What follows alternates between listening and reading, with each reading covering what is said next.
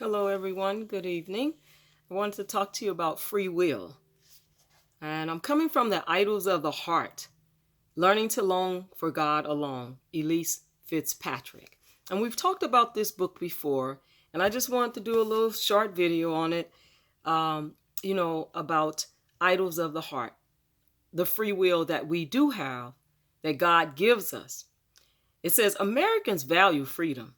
We think that we, of all people, have a God-given right to choose to do whatever we want.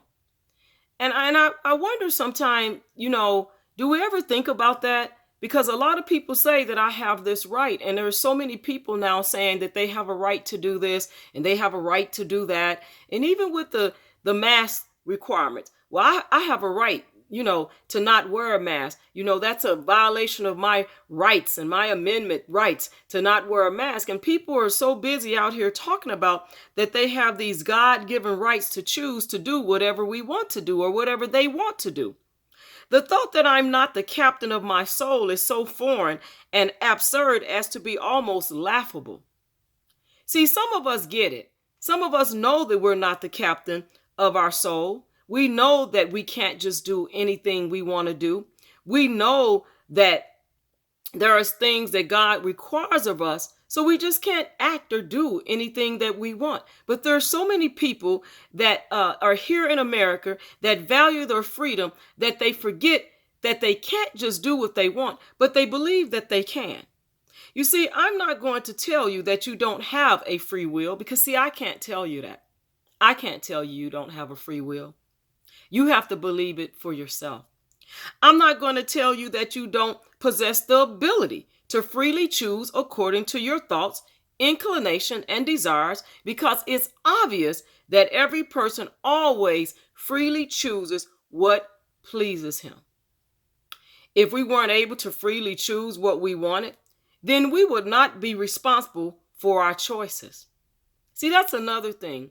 Because we're able to freely choose,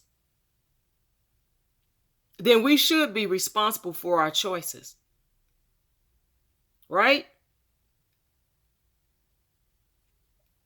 The problem is not that our will isn't free.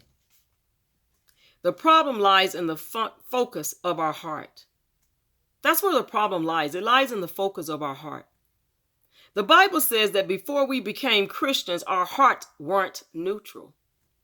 We were contrary to God. The old sinful nature within us is against God. Paul wrote, it never did obey God's laws and it never will. Romans 8:7. So our heart never obeyed God's laws and it never will is what Paul wrote. Before Christ brought us to himself and changed us, we freely chose to follow our strongest desires and inclinations. Our heart was against or contrary to God. Unbelievers can't understand truth and never desire to obey it. Unbelievers. Make no mistake, they freely choose to live that way. It is their choice to follow the fallen nature, and they love it. Once a person becomes a Christian, he has liberty. And I always say freedom in Jesus Christ. Because once you choose to follow Christ, you have liberty. Unlike his old self, whose choice was always towards sin, he is now able to choose to sin or not sin. See, that's the liberty, the freedom to choose or not to choose. Both of those choices are a possibility. When his heart is so inclined, when he's convinced of the goodness of it, and when he longs for the Lord and the joy of bringing him pleasure, he chooses to obey him. He's no longer a slave to sin in the same way that he was before he was saved. Before he was saved, there was only one possible outcome in every choice. He was going to sin. But now that he has a new heart, there are two possibilities. He can sin or he cannot sin, freely choosing according to his desires. As you see, the problem is not that we need to develop more willpower. The problem is that we need new thoughts, new inclinations, and new desires.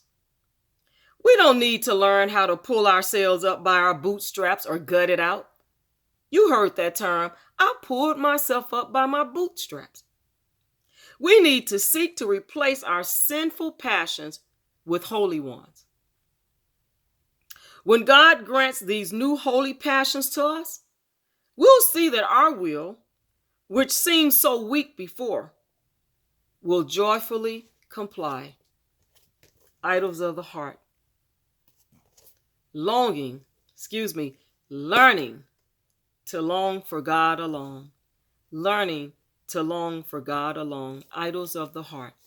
And you know, we do have freedom to choose. We do. We can choose to either follow Christ or we can choose to not follow Christ. But when you choose to follow Christ, you now have liberty. And you can choose sin or not choose to sin. Which one would you rather have? Which one? You choose. God bless you.